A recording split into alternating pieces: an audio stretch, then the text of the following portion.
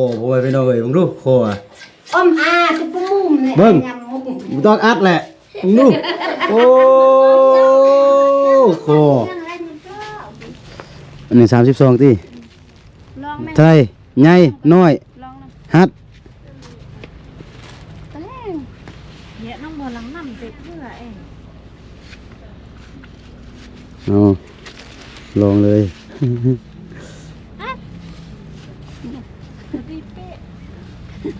แม่นไงเมื่อกี้ว่าไงทางหน้าก็จะเป็นข้าวปลาอาหารแห้งแล้วก็ทางหลังก็จะเป็นน้องฮัดน้องอ้ายคือเก่าพ่อแม่พี่น้องเนาะบางมือก็ได้100,000บางมือก็ได้เท่าไรหลายชุดเลยแม่น100,000น้อยชุดได้เท่าไรอะไรสุดเลยเซนซอง น้อยชุดได้100,000หลายชุดได้100,000น้อยชุดได้100,000บ่แม่นติเอาเลยเอาโดยเอานั่งดีๆนั่งดีๆก่อน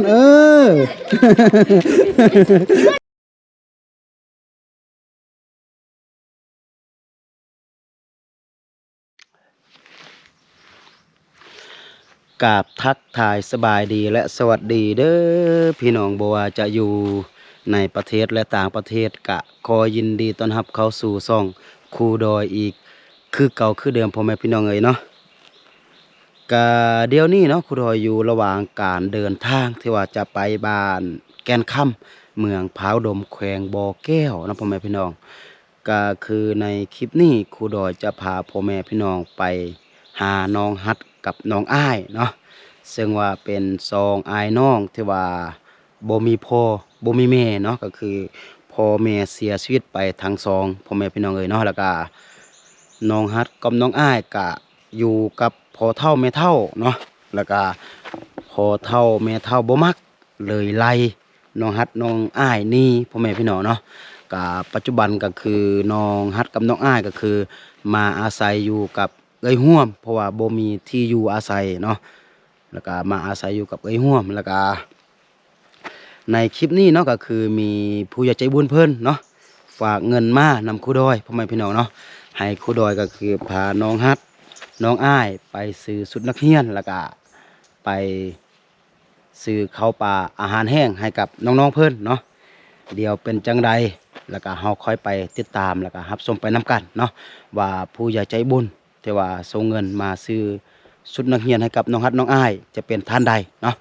เดี๋ยวค่อยไปพบพ่อกันอยู่ที่บ้านของเอ้ยห่วมตอนนี้เฮามาฮอดเฮือนเอ้ยห่วมเป็นที่เรียบร้อยพ่อแม่พี่น้องเนาะน้องฮัดน้องอ้ายป้าโทผมคือนักเลงเลยมาพี่เบิ้งโอ้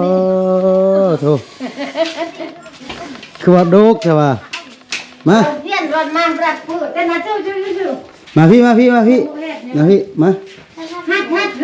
ฮัดดู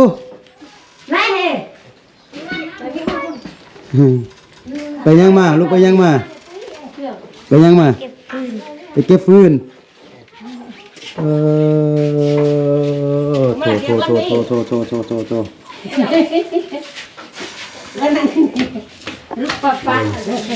มาพี่ลูกมาไม่ต้องนั่งยืนดูทั้ง2คนเลยเครื่องความเปื้อนก็ยอมล่าเฮียนเราจะวัดนักลี่เลยที่ขันหัวบ่คือบ่ตัดได้ผมน่ะเราอันตัดอยู่เพชรอยู่อุ้ยตัดกันเนี่ยมาเครื่องอันนี้มันยังดอกแคมเต็มดอกแคมเครื่องอาบน้ำดอกอาบน้ำบ่ทุกมื้ออาบเบิ่งฮัดเบิ่งลงลูกเบิ่งตัวพ่อแม่พี่น้องเนาะไปยังไปโรงเรียนทุกมื้อเฮียนทุกมื้อยามบ่เฮียนไปเก็บมักทั่วโอ้ฮัดได้มือเป้าได้50อ้ายได้50เก็บมักทั่วเราตีเองฮัดเองซื้อกล้องฮัดถุงอะไรไปที่นี่กล้องฮัดก็ไปเก็บมักทั่ว ไป ไปด้วยกันบ่รถนำก็เป็นดอกมาหัดแหน่ โทรโฟนไปเป็นน้อยเนาะอยากเข้าโรงเรียนบ่เข้าฮัดก็ยังเข้า อยากได้ชุดนักเรียนไหมบ่อยากได้บ่ ดอกยากอันนี้ก็พูดเรื่อง อยากได้ โอ้ยโทรโฟนไปเป็นน้อยเนาะ เยอะใช่ยังก็ลอก สภาพเบิ่งบ่ได้ ใช่ เลย เล่าเพีย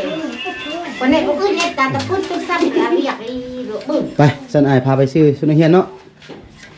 เอาไป เดี๋ยว อู้โคบ่ไปเป็นน้อยเบิ่งดูโคอ่ะ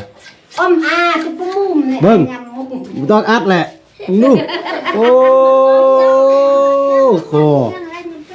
เจอเปื้อนแต่ว่า เครื่องความเปื้อน คนนี้ก็ตะอุ้มเบรก อันนี้มัน อุ้มนางกะโยกไอ้ เครื่องอายซื้อมาให้หรือว่าบ่แม่น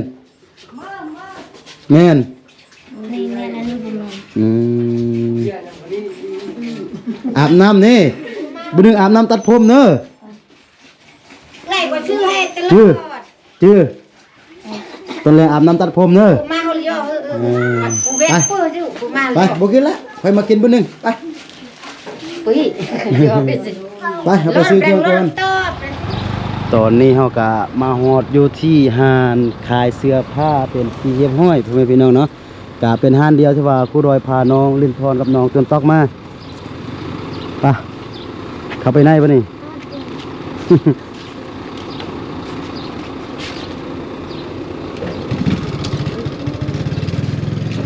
คือเก่าเอาชุดนักเรียน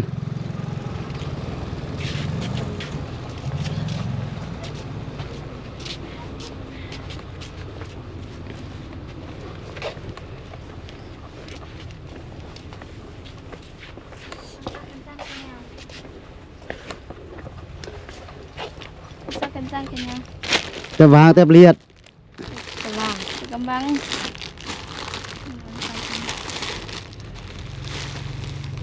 หัดดูลูกเอาอันใดอันยาวอันสั้นฮะอันยาวทั้งสองที่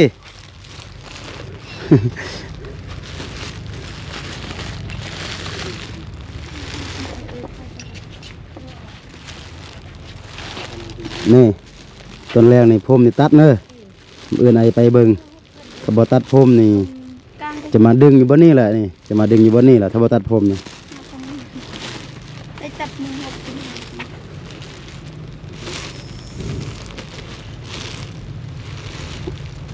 ตอนนี้กำลังเลือกให้น้องฮัดน้องอ้ายพ่อแม่พี่น้องเนาะเลือกสุดนักเรียน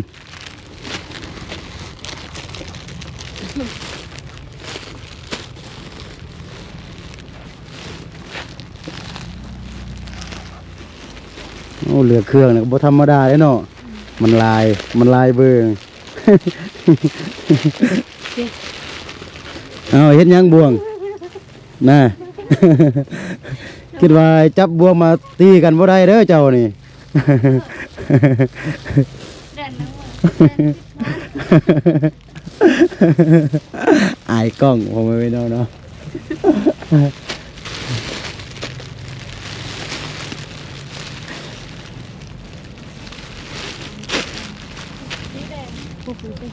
มือเกิน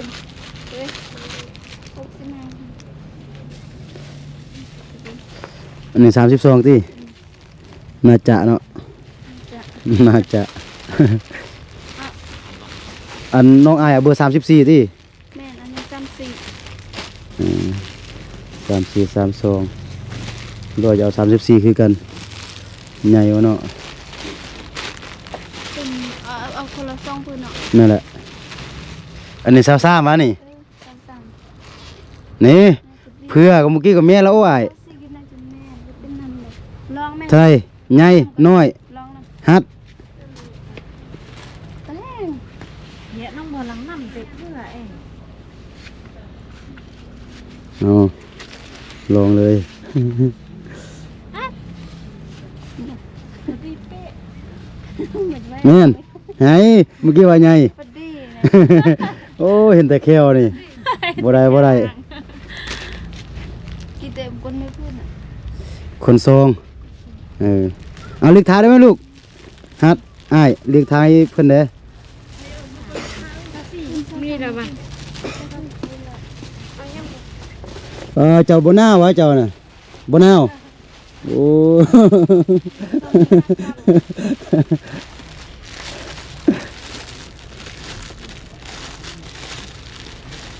เป็น คงแหละ 2,155 นั่นแหละใส่แยกเลยของน้องฮะใส่ของน้องของอ้ายก็น้องใส่ของอ้ายเจ้าฮู้บ่เนาะราคาเครื่องในห้านสงสัยขายดนแล้วเนาะ ซ้ำกับเจ้าของห้านแล้วเนาะเจ้าก็ เครื่องใดฮู้หมดนี่ ขวา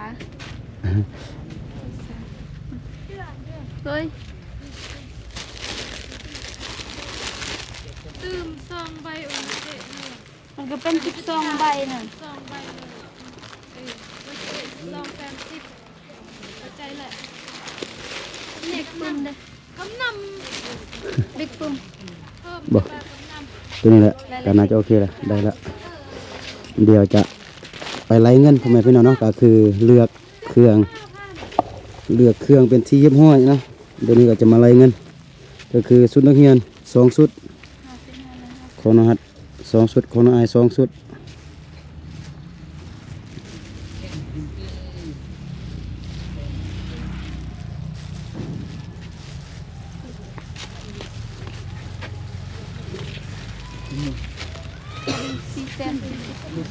440,000นะเดี๋ยวโอน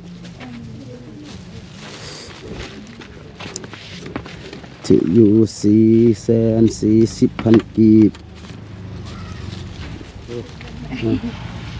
โอเคป่ะนี่ไปป่ะนี่ เด้อ โดย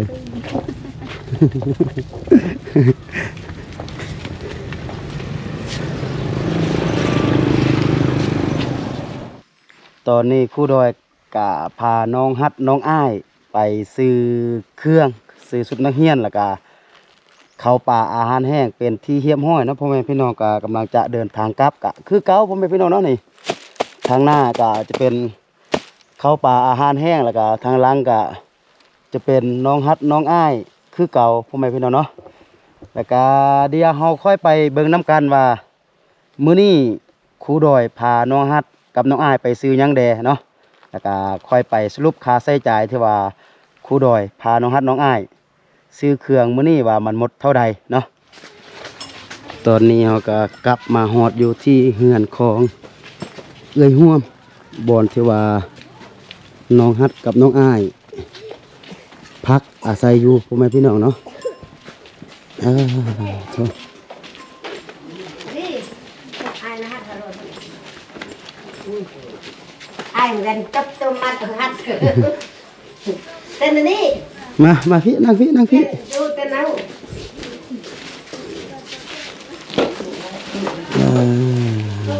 นั่ง tên là lướt โถ่นั่งดีๆฮัด tên là lướt มายัดหมอกันพี่lo rồi cái người ta này con người con từ lúc ôm mẹ đang ôm một chỗ à từ lào cũng mùng ตีนมือบ่เป็นตาเบิ่งเลย một chỗ chữ mùng à นี่พี่น้องเนาะตกโมกหมดนี่เฮ็ดสิออกหมดแล้วนี่ฮัดอ้าย đi mua ơi ดีใจบ่ได้ชุดนักเรียนใหม่ดีใจบ่ฮัดดีใจบ่เอาขอบใจเพิ่นเด้ขอบใจพี่เจ้าบุญเพิ่นเด้ ใจ น้องพ่อแม่พี่น้องเนาะก็เครื่องของที่ว่าเฮาซื้อมานี่พ่อแม่พี่น้องเนาะนี่ก็คือเป็นชุดนักเรียนของน้องอ้าย2ชุดตัวนี้เนาะ con này ตัวนี้ก็เป็นชุดนักเรียนของน้องฮัด2ชุดแล้วก็จะมีข้าวปลาอาหารแห้งพ่อแม่พี่น้องเนาะก็คือเป็นขนมแล้วก็บ่องปลาแล้วก็ตัวนี้ก็จะเป็นยำๆปลาให้น้องๆเพิ่นกินไปโรงเรียนพ่อแม่พี่น้องเนาะส่วนค่าใช้จ่ายที่ว่าเฮาซื้อมื้อนี้พ่อแม่พี่น้องเนาะเดี๋ยวครูดอยจะไล่ก่อน người cười là hụ มันก็คือค่าสุดของน้องฮัดน้องอ้ายนี่ก็คือ 400,000กับ40,000พ่อแม่พี่น้องเนาะแล้วก็บวกกับยำปองปลาขนมเนาะ270,000ก็คือเขาหมดไปอยู่ที่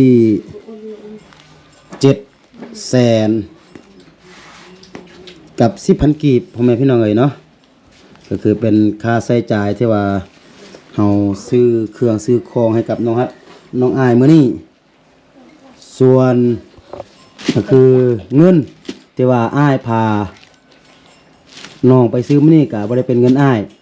เป็นเงินของผู้ใหญ่ใจบุญเพิ่นอยู่ทางออสเตรเลียชื่อว่าลุงจันทร์แล้วก็ปาซีปาพัดเพิ่นฝากบ้านน้ำอ้ายแล้วก็ให้อ้ายนี่พาน้อง2คนไปซื้อเป็นชุดนักเรียนดีใจเนาะได้ชุดใหม่เนาะบัดนี้ได้ชุดนักเรียนใหม่แล้วตั้งใจเรียนเด้บัดนี้น่ะเซ็งได้ที่หยังเอาบัดนี้อ้ายเซ็งได้ที่หยัง เล่าเอง ฮะลูกเซ็งได้ที่หยัง ที่สาม ฮะบ่ฮู้ซ้ำบ่ฮู้ซ้ำว่าได้ที่หยังหัดดูลูก เย่มึง ได้ที่ได้ที่หยังเซ็งได้ที่หยังหัด อยู่กับมันรถที่หกของมึง ฮะได้ที่หยัง ที่สามจะที่เรา ได้ที่3อายดูบ่จื้อ เราที่สามมันคือรถเทพตุกบุกะรถลูกสามที่สาม ปากโคอยน้องหัดพ่อแม่พี่น้องเนาะ รถก็ยอมไป ปากแห้งโดหัด ถึงมือที่สาม มันเสาร์วันอาทิตย์ดูไปยังวันเสาร์วันอาทิตย์ ยัดห้อยนี่ยกมือ กินมักทั่วได้ไล่บ่มือหนึ่งไปกินมักทั่วนี่บางมือก็ได้100,000บางมือก็ได้เท่าไหร่หลายชุดละแม่น100,000น้อยชุดได้เท่าไหร่ อะไรสุดเลยเส้นสอง น้อยชุดได้120,000หลายชุดหลายชุดได้100,000น้อยชุดได้120,000บ่แม่นติ หลายชุดได้100,000น้อยชุดได้120,000บ่แม่นติอ้าย นั่นไม่คือเพื่อน60 ฮัดนี่บางเทื่อก็ได้60,000บางเทื่อก็50,000 เป้าหนึ่ง50 เป่าหนึ่ง50,000โอ้สนองอ่านได้2เป่าพุ่นเนาะ ไอ้ก็ โอ้ เป็นซ้อ เก่งฉะนั้นภาคกลางยัดอันอากลางนั้นมันจะป้องเชื่องกับเวทปื้ดละมือปื้ดนายพี่ยัดอยู่เท่ายุ่นนาย ไม่ยัง แล้วก็เวทป้องเชื่องมันจะรอก็มูล อ๋อออมสินติซื้อออมสินติไผซื้อ ไอ้นี่ น้องอายที่ซื้อออมสินติไปเก็บมักทั่วแล้วก็ซื้อออมสินแล้วจะออมเงินมาเฮ็ดเฮือน ไปซื้อเดนเฮ็ดเฮือนโอ้จักปีเด้ลูกจักปีสิเก็บเงินใส่ออมสินซื้ออันซื้อดิน ถูกพ่อแม่พี่น้องเนาะต่างคนก็ต่างมีความหวังของตัวเองพ่อแม่พี่น้องเอ้ย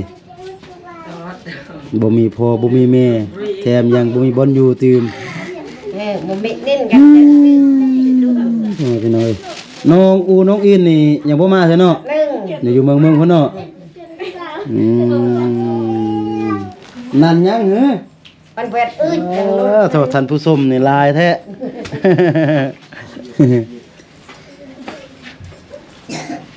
ป่าโถจะนี่สุดเลยลาย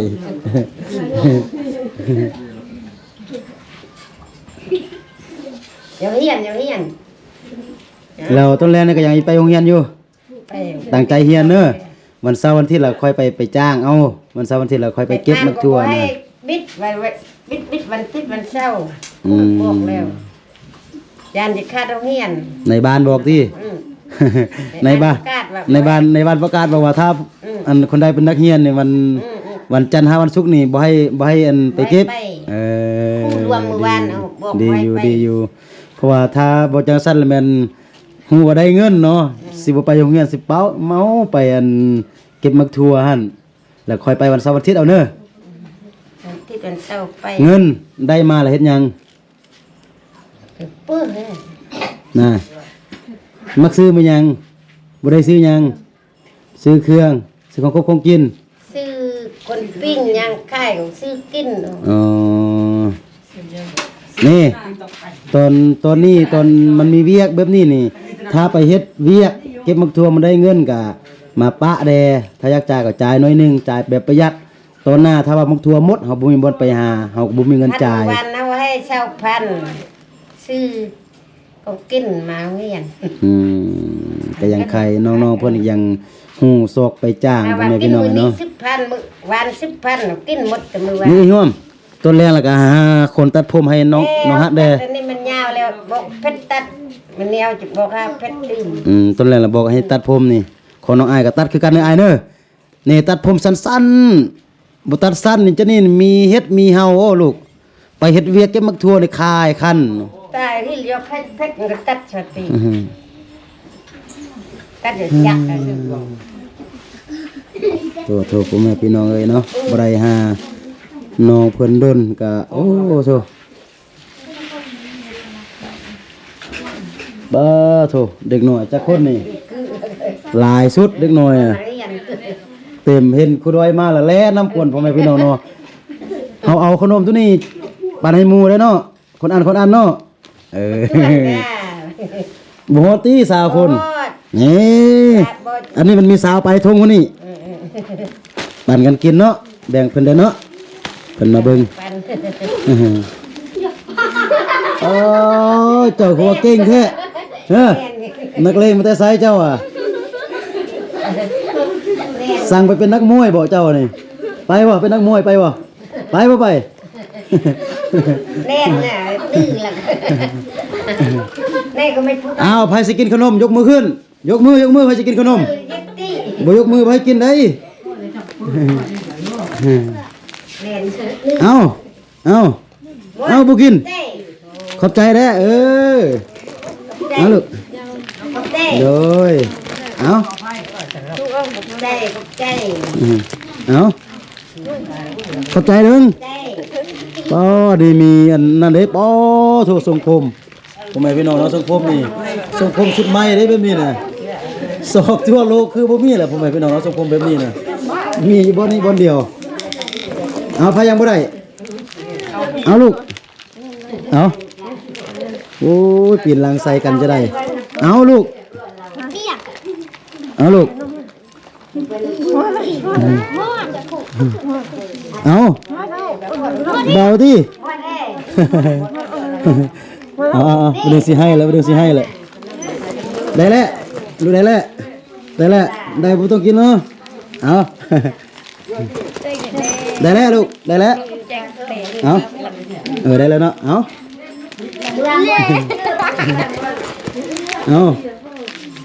โดยเอาโดยมาโดยมีกิริยามารยาทแบบนี้โอ้ดีนะเอาลูก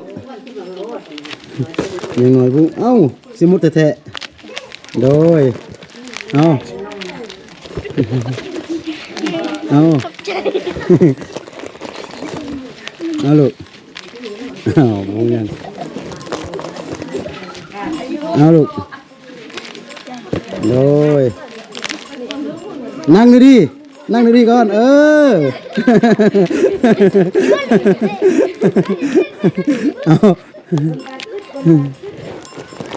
แยกบ้านหมดเดียว โอ้พอดีหมดพอดีให้น้องฮัดกับน้องอ้าย เปื่ออ้าม เหลือซ้ำนี่พ่อแม่พี่น้องเนาะนี่ มัดเปื่ออ้าม เอากินกับข้าวเนอะโอเค เปื่อมา สันอายจะได้กลับก่อนเนอะ แล้วก็ใจ มีแต่ตั้งใจเฮียนเนอะเอาขอบใจผู้ใหญ่ใจบุญเพิ่นตืม ใจ บัดนี้สบายดีบัดนี้โอเคพ่อแม่พี่น้องเนาะตอนนี้ครูดอยก็กลับมาฮอดอยู่ที่เฮือนไอ้ฮักของครูดอยเป็นที่เฮียบห้อยพ่อแม่พี่น้องเอ้ยเนาะก็คือครูดอยได้แจ้งอยู่ในคลิปพ่อแม่พี่น้องเนาะก็คือ เงินที่ว่าครูดอยพาน้องฮัดน้องอ้ายไปซื้อเครื่องซื้อของในมื้อนี้ก็เป็นเงินของผู้ใหญ่ใจบุญเพิ่นอยู่ทางออสเตรเลียพ่อแม่พี่น้องเนาะเพราะว่าครูดอยพาน้องตูนตอกกับน้องเรนทอนไปซื้อแล้วก็เงินมันเหลืออยู่500,000กับ545,000กีบพ่อแม่พี่น้องเนาะแล้วก็มื้อนี้ผู้ใหญ่ใจบุญเพิ่นก็ฝากมาเติมอีก600,000กีบเนาะรวมกันทั้งหมดก็คือถึกอยู่1ล้านกับ145,000กีบแล้วก็มื้อนี้ครูดอยพาน้องฮัดกับน้องอ้ายไปซื้อเครื่องหมดอยู่ที่ 700,000กับ10,000กีบพ่อแม่พี่น้องเนาะแล้วก็เงินยังเหลืออยู่ที่400,000กับ35,000กีบเนาะแล้วก็ส่วนเงินที่เหลือตัวนี้ก็คือครูดอยจะได้ติดต่อหาก็คือน้อง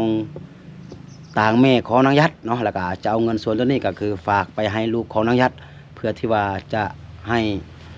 ซื้อเป็นอาหารการกินของลูกของนางยัดพ่อแม่พี่น้องเลยเนาะเพราะว่าลูกของนางยัดก็ยังอยู่ที่เมืองอยู่ที่สวนกล้วยพ่อแม่พี่น้องเนาะยังบ่ได้กลับมาบ้านพี่เทื่อนะเนาะก็มีแต่จะฝากเงินไปให้น้องอูน้องอินพ่อแม่พี่น้องเลยเนาะแล้วก็สุดท้ายนี่เนาะครูดอยก็บ่มีหยังหลายมีแต่คำขอบขอบใจเนาะก็คือผู้ใหญ่ใจบุญทั้ง3ท่านเนาะแต่ว่าส่งเงินส่งคำมาซื้อเครื่องให้กับน้องๆเพิ่นในมื้อนี้เนาะก็ขอให้ผู้ใจบุญเพิ่นจงอยู่ดีมีแฮงอยู่ดีมีสุขเนาะคิดสิ่งใดปรารถนาสิ่งใดก็ขอให้สมดังใจปรารถนาเนาะแล้วก็พิเศษเนาะก็มื้อนี้เพิ่นได้ก็คือเช็คอินอยู่ทางนครหลวงอยู่ที่เวียงจันทน์พุ่นแหละเพิ่นกำลังจะกลับประเทศพ่อแม่พี่น้องเอ้ยเนาะก็ขอให้เพิ่นจงก็คือเดินทางด้วยความสวัสดิภาพเนาะก็จะประมาณนี้พ่อแม่พี่น้องเนาะสำหรับคลิปนี้ครูดอยต้องขอตัวลาไปก่อนเนาะสบายดี